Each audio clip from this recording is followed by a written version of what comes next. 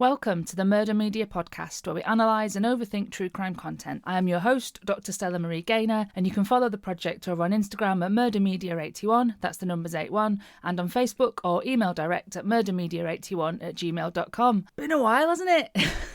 Yeah, there was a bit of a break. The break got longer, and then it was longer again. So I knew I'd have to take a break because of marking and assessment and stuff, but I didn't think it would be quite this long. So firstly, huge apologies for taking so long to get back to it. Like I said, I got swamped in assessment season, so much marking to do with all the usual modules, and then it's the end of the year-long modules as well, so all the dissertations come in, and dissertations are really long, so they take longer to mark, and they need to be second marked and moderated, and the whole process just goes on at this time of year, and we have to basically wrap up the whole academic year. It always takes longer than we think. I don't know why we're surprised every year. I went to Derby for the Dracula event as well, which I'll talk about in a minute, and then I had to get my script ready for Miskatonic, and I'll talk about that more in a minute as well. And then I had some family stuff going on, and my teenager is sitting their GCSEs this summer, so there's been more stuff going on at home with revision and all that fucking stress. Like, why is it so stressful for them? I mean, I know I did my GCSEs in like 1997, did I? Yeah, that was the year I sat my GCSEs, and I don't remember doing this many papers. Like, my kid is drowning in GCSE papers. Anyway, they're in the home stretch now, so anybody with teenagers sitting GCSEs or sitting A-levels, I wish everybody the best of luck, and I hope all the kids and the parents and the carers are doing fine during this really stressful time. It's so stressful. So yeah, just fucking stuff, all the stuff and all the things, and in all of that I just couldn't find the time to research and record. And basically, the whole Murder Media project, as we understand it, like my project, just had to be on hold for a little bit with work and conferences and stuff like that. Another thing that really slowed me down is that I had a massive technical issue with recording. So I did do a Instagram post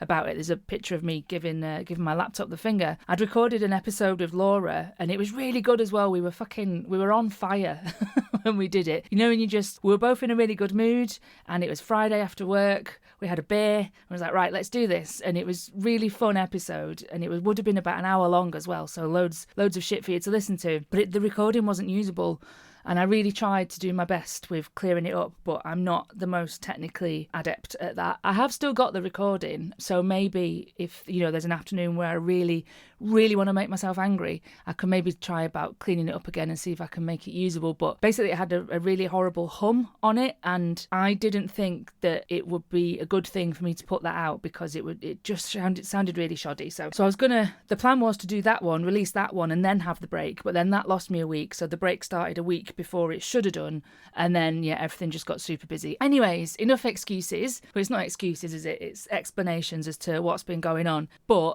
I think I should be honest. Over the coming weeks, I do intend to make more episodes, but I don't think I can promise one a week because I'm knackered, quite frankly. And I need to recognise that I'm knackered. And I need to recognise that I have lots of time off booked over the next few weeks over the summer, because like all academics, we get annual leave. We don't get like school holidays off automatically, like say high school teachers or college staff. We get annual leave, and we have to take it when we're not teaching. So most of the annual leave gets taken during the general term time holidays. So I've got most of my holiday booked over the next few weeks, and I need to remember that when I have those days off and those weeks off, that I should actually be off and not do work stuff, which I realise I'm saying as this is actually an annual leave day. I am off today. And what am I doing? I'm sitting here doing this, but this is quite a nice thing to do. But my point is, I do tend to struggle with having days off. So I don't know what to do with myself. Does anyone else struggle with having days off? Like, what do you do? So over the coming weeks, I've got some more events, and I'm going to spend some time working on a new module for work. So in and around that, I'm going to make some podcast episodes. So keep an eye on the socials. Instagram mainly is where I'll post things to see what and where I'm up to. Let's get on with the episode then. So today's episode comes from my paper, which I gave at the Dracula Returns to Derby event, which was 2 weeks ago now, 2 weeks and a couple of days ago. So the event was to celebrate 100 years since Dracula was first on stage, and it all took place at the Museum of Making in Derby. The conference, I think it was probably 3 or 4 days, but I only went on the Friday night, so I only heard the papers on the Saturday. But by all accounts, Friday was excellent too. And if it was anything like the brilliant papers that I heard on Saturday, then it must have been great. And with any conference that I've been to that's to do with anything sort of horror-y, gothic-y type stuff, everyone is lovely, really, really lovely. It's a fantastic bunch of people that are into that sort of stuff, and everyone was just really warm and really funny, and it was a really good weekend. I gave my paper on the Saturday afternoon, and then on the Saturday evening there was a gig as part of the event, and I went to that as well, but being absolutely knackered, only stayed till about 10 p.m. But like I said, it was really fun, and it was really good to see people that I've not seen in ages and to actually see them in person rather than over Zoom. And I also met a load of new people. I met a great bunch from the Czech Republic. They were really fun to hang out with, and we've remained friends on Facebook, so that's always good, isn't it? Before I get into today's episode properly, I'll just mention Miskatonic. So that's happening on the 10th of June. I'll be giving a lecture at the Miskatonic Horror Institute in London. I'll link it in the show notes. I'll be yapping about true crime across documentary, drama, comic and podcast, looking at how these forms tell the story, sort of the medium specificities of each one. You say that 3 times fast. And how they mediate grisly crime scenes. Tickets are about £10, I think. And by all accounts, it's a great venue and a decent night out. And I am fully shitting myself about it because people buying tickets to see me yap about true crime. Oh, God. I'm sure it'll be fine. It has to be fine, doesn't it? There's no other way it can go. In the spirit of keeping myself sane, or half sane, I thought I'd ease back into this podcasting business by presenting you lot with my paper from the Dracula event. So it's got murder, it's got vampires, it's got a truly terrible early 2000s film, and of course it's got the brilliant Bailey Sarian. She's back. I love Bailey and I love talking about Bailey, so you can expect Bailey on more than one occasion. We're going to look at 2 pieces of media that explore the same true crime case, Rod Ferrell and his merry band of vampire wannabes. Before the media text then, so before the film and before Bailey Sarian's video, who the hell is Rod Ferrell and what the hell did he do?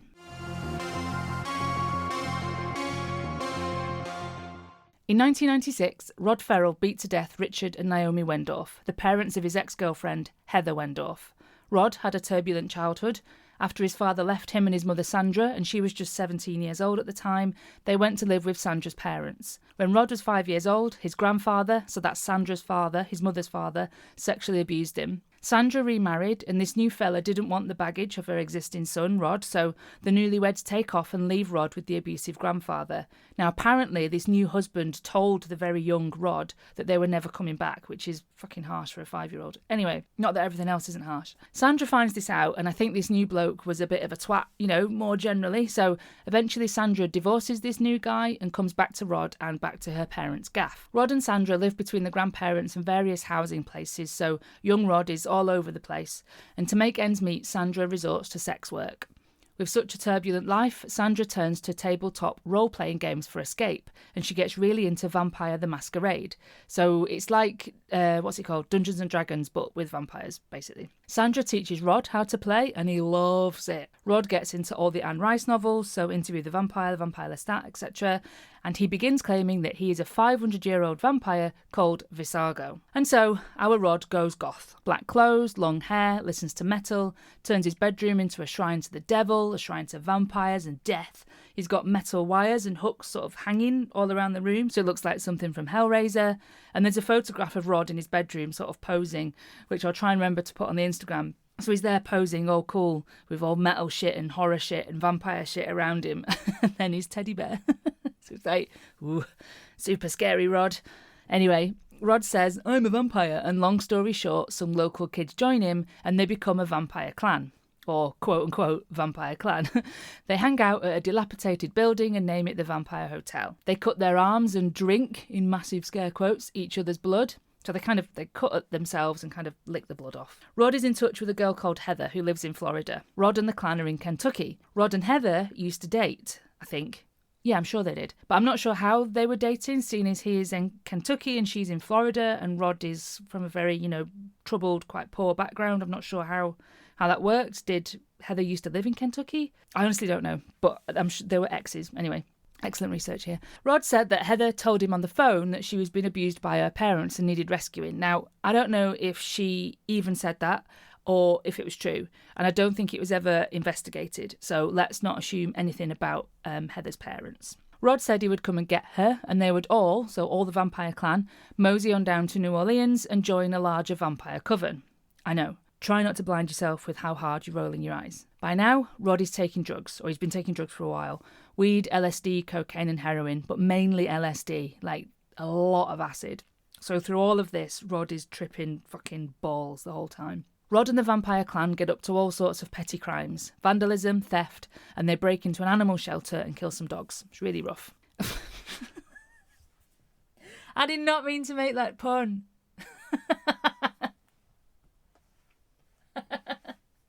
Dickhead, right. I'm sorry. I'm really sorry.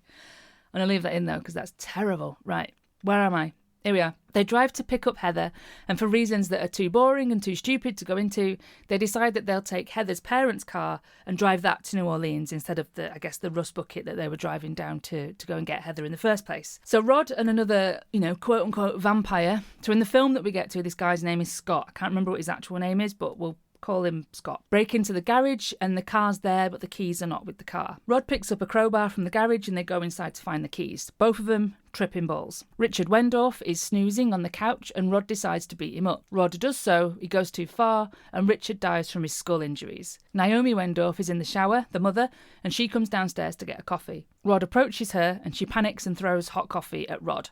Rod goes wild and he beats her so hard that he almost decapitates her by such brutal injuries to her spinal column. So remember, he picked up a crowbar. So he did this with the crowbar. He hit her so hard that he almost took her head off. Fucking hell. Anyway, Rod and Scott then do some ritualistic dances. Yes, so Scott's been there the whole time, just gawping at Rod murder two people. So they do these ritualistic dances around the body, and then Rod, the fucking edgelord that he is, burns a V into Richard's chest with a cigarette, I believe. Then they all take off. Rod and Scott, they get the keys, they grab the car, and they all take off to New Orleans. So along the way, they get arrested, and there's various things that happen, but it's really fucking dumb. Rod confesses, tells the cops he's a vampire. All the other clan members go to prison, as well as Rod, except for Heather. I'm not sure why. And the other thing to note here is that it was Heather's older sister, whose name escapes me. She came home and found their parents beaten to death, which is fucking horrifying, isn't it? Poor girl. When this happened, of course, the tabloids loved it. The mid-90s in the United States were still dealing with the satanic panic, so late 80s, early 90s, people were convinced that there were actual Satanists and ritual murder going on all over the United States. There were even units and police divisions set up to deal with demons. You can see the impact of the satanic panic on big cases like the West Memphis 3. Remember 3 teenage lads accused of murdering 3 young boys? They essentially went to prison because they had Metallica t-shirts and wore black. If you want more on the West Memphis 3, go back to season 1 and listen to the episode with Tom, or watch the Paradise Lost documentaries, or read Damien Eccles' book Life After Death, or read Devil's Knot by Mara Leveret. All really great things to deal with West Memphis 3. So I want to look at 2 media texts that tell Rod Ferrell's story. The first is a 2002 film called The Vampire Clan, and a video from 2021 from Bailey Sarian, where she retells the story as part of her murder mystery and makeup series. Let's start with The Vampire Clan. The spirit world has beckoned us. We leave tonight. My parents will never let me leave. Is everything all right, honey? Would you like me to kill your parents for you? Whoever it is had some kind of bloodlust. She was practically decapitated. Jane. Is it true that they killed the Wendorfs to drink their blood? I have no comment on those details at this time. I think we might have a kidnapping on our hands. We're going home. We can't go back. Why would they do something like this to you? Because they're vampires. It's not about you anymore. It's about what's best for the family. Help me! Help me! Thing all right here? No, sir, it's not. If it was, wouldn't be a bitch, right?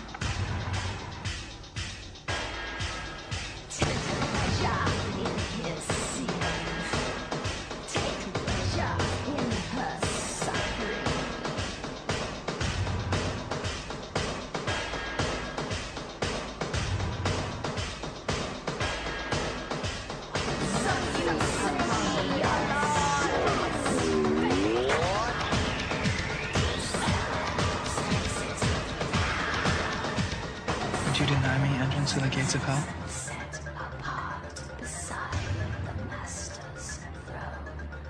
Have a happy Thanksgiving. Yeah, you too.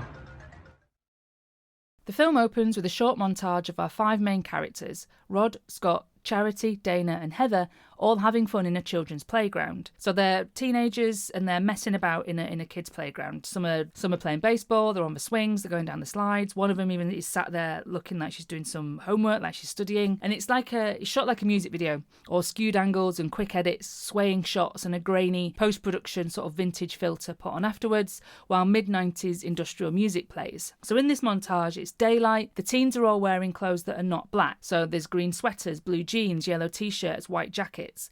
And it appears like a home video. So the camera's moving in close up to the faces of some of the kids who smile and pull faces at the lens. So they're acknowledging the camera is there, so it feels like one of them is filming it, just as a laugh, the way we all used to do. One of them, in this montage, has a set of false vampire teeth. Do you remember those really cheap, really uncomfortable ones that you got at Halloween? You sort of jam them in and they cover your top and bottom teeth. One of them's wearing them. The next shot sees them sat down, still in the playground. They've got some candles and they're not jumping and frolicking around anymore. They've gone from messing about in a children's playground, doing wholesome activities like baseball and going on the slide, to playing with toy vampire teeth, to seemingly trying out some kind of ritual. So it looks like tarot cards to start with, and then more satanic iconography appears. Skulls, pentagrams, you know the stuff. Now it's dark, they're indoors, and it's a surefire sign that your teen has gone over to Satan when they've gone indoors. All the clothes are now black, goth makeup, writhing bodies. They're pressing their mouths against each other's arms and necks. So this quick opening montage for the film's titles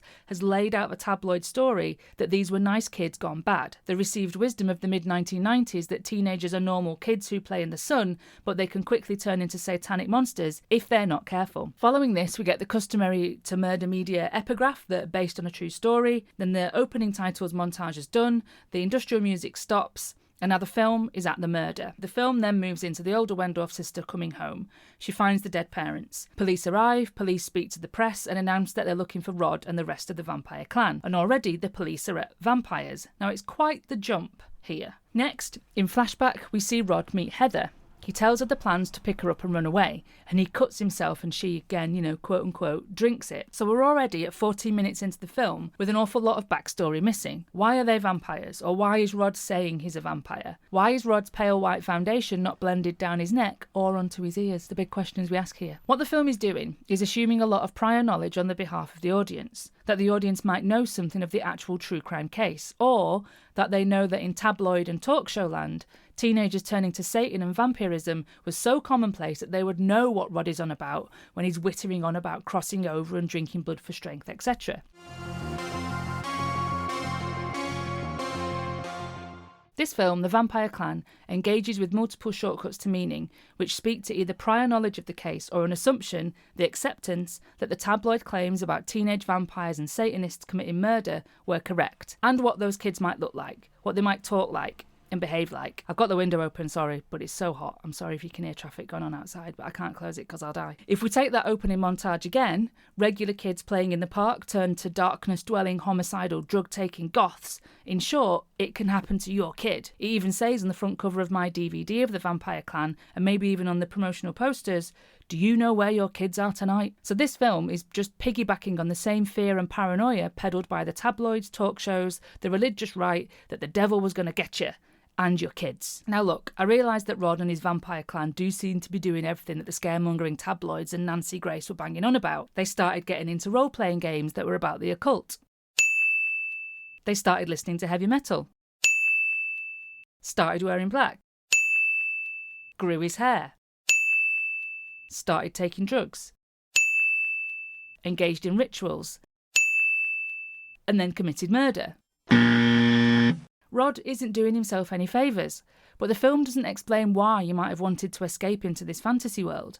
Instead, it presents these central casting teenage goth kids with central casting goth makeup listening to central casting generic industrial rock music, all shortcuts to meaning which have been adopted by the tabloids as markers of delinquency. Most of the score is from Jenny Torturers, a US industrial rock band known for soundtracks on movies and games about vampires. Here is a little link to the tabletop role-playing gaming that the real Rod got so lost in, The Vampire Masquerade. Jenny Torturers did the music for the film of that game. But that's quite a niche fact to know, especially back in 2002 when gaming was not as mainstream as it is today, and I had to do some digging to find that fact out. So I guess what I'm saying is that this is not a good film.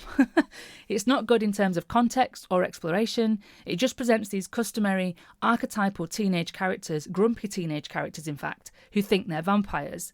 And life just isn't that simple, is it? So it's saying that because they like all this goth stuff, that's why they've turned to murder. And it's just not like that, is it? And I know I'm probably asking quite a lot of a low-budget film made in 2002, but the reliance on pop culture, unhelpful ideas of misfit teens who like vampires, simply serves the misdirected tabloid talk show nonsense. The vampire clan paints the archetypal metal, goth, outcast kid who ends up in a vampire cult in the same way that the tabloids Geraldo, Ricky Lake or Nancy Grace said that it happened, without any useful context. And we can observe similar processes with, say, school shooters. The profile of the misfit, the trench coat wearing goth kid, it's all horseshit.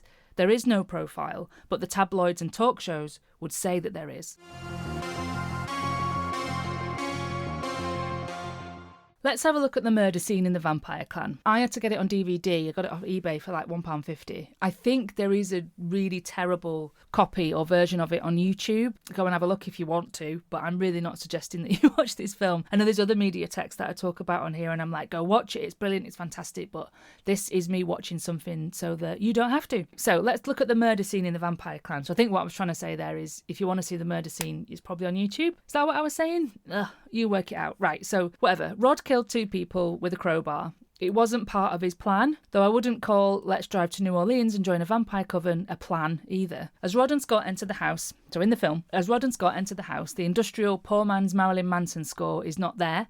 Instead, the score is more traditional, like that of any other film, so a fairly tense, generic filmic score, sort of like classic music score. This is a small nod to the fantasy world that Rod was living in. When he confesses to the police about the murder and being a vampire with his mates, later on in the film shows us a montage of the teens at the Vampire Hotel, laughing, drinking blood, looking very cool with perfect makeup and expensive looking goth clothes, to music by the Jenny Torturers. So this is the life of the vampire that Rod thinks or imagines or wants himself to be. When he's describing his life as a vampire to the police, that's the montage that plays. However, when he's in the Wendorf's house looking for car keys, he's in the real world and not his fantasy world. So the loss of that music in this sequence, I think, does kind of nod to that. In this situation then, this is probably the best bit of the film, all told. So in this moment in the house then, Rod is unsure, and then Rod encounters the sleeping father. The score now turns to a ticking clock as Rod beats the sleeping man to death. The clock ticking to suggest perhaps that it was only a matter of time before Rod killed,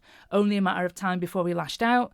I don't know, ask Geraldo and Nancy Grace. I'm sure they've got a fucking opinion on this. Then Rod encounters the mother. She throws the coffee and the Jenny Torturer score comes back in. Rod is back and safe and confident in the vampire persona. Killing, it seems, suits our Rod and he's back on the ball. The film, as said, doesn't explore the reasons behind Rod pretending to a vampire, doesn't ask whether he really believes it. Heather does ask him twice in the film if he really believes it and he just kind of evades the question, wanker that he is. And she does point out to him later that it's all for show, but the film doesn't dig any deeper into Rod, who he is and why he is. Another huge thing that really pissed me off when I was watching it, and I've watched it 3 times now, is that Rod spends an awful lot of time in the daylight with not a bother on him. He's absolutely fine. No burning, no skin bubbling, not even any fucking sparkles to suggest he's a vampire. The film doesn't explore any reasons why Rod is claiming to be a vampire, right? But then it doesn't present him as, like a quote-unquote real vampire either. So I'm not sure what the aim of the film is. But then, given the murders that actually took place, to present the story with the kids actually as vampires might have been a dick move as well. So maybe it's fair enough. I don't know. So it just presents them as kids pretending to be vampires, or kids pretending to not notice that Rod isn't actually a vampire, or option 3, kids ignoring that Rod fully thinks he is a vampire and they just go along with his bullshit. I don't know. What I do know is, don't watch it. Just don't watch it. Just pretend that I've never said any of these things. Don't watch it. Unless you want to watch something truly awful and have a laugh at the early 2000s industrial music or the early 2000s fashion, then don't. Another thing about it as well, and I think this is probably a low budget, with older films, and I don't know if it's when they get transferred to DVD, I don't know, maybe a technical person can explain this to me, that the sound mix is just really bad. When they're talking, particularly if they're outside in the sunlight, which they are a lot, Rod the vampire, when they're outside and there's there's ambient sound outside, there's a sequence when they stop to get gas by the road. So there's cars going past on the busy road. Like you can barely hear them talking in the mixed sound mix. So yeah, that was really off-putting when I was watching it. I kept having to turn it up and turn it down. So I don't know if that's just a product of it being old, low budget, or the transfer to DVD. I don't know. And quite frankly, I don't much care. But seriously, don't bother. So that's The Vampire Clan. Let's move on to another retelling of the case 20 years later from Bailey Sarian. Bailey Sarian hosts the murder mystery and makeup series on YouTube. We all know who she is by now, but if you don't, Bailey tells a true crime story while she does her makeup. Bailey has 7.64 million subscribers, and this video about the vampire murders has over 6.7 million views and nearly 9,000 comments. This video is 51 minutes long, and in its form as oral storytelling, Bailey is able to give a lot more context. She tells us about Rod's upbringing, the obsession with the game, the drugs, the abuse, the contact with Heather, the plans, the robberies. Taking her time over the case from childhood to murder to arrest to trial to life in lockup is a convention of contemporary true crime. So much detail and context speaks to the contemporary modes of true crime, but it also speaks to the conditions of YouTube. Remember a few episodes back I talked about the political economy of YouTube? Well, you can see the same forces at work here with Bailey's channel. To recap, YouTube makes its money from adverts. The longer you stay, the more ads you see, the more money they make. YouTube also runs on algorithms. It will push content which drives platform engagement and which drives consumerism. Bailey puts her makeup on while she tells the story. The makeup is listed, the makeup is linked. Bailey has affiliate codes. People, and by people I mean me, buy the makeup products that Bailey uses. I've got Bailey's Fatally Yours palette, and I've got loads of Bailey Sarian glitter stuff from her collaboration with Melt Cosmetics. This isn't sponsored, but you know, I just thought I'd point out, I fucking love that palette. Anyway, so while Bailey might be talking about a grisly crime, the details she covers makes for nice long videos that YouTube can stick a load of adverts in, and her makeup application drives consumption. If it looks good on Bailey, I'm going to buy it as well. I know.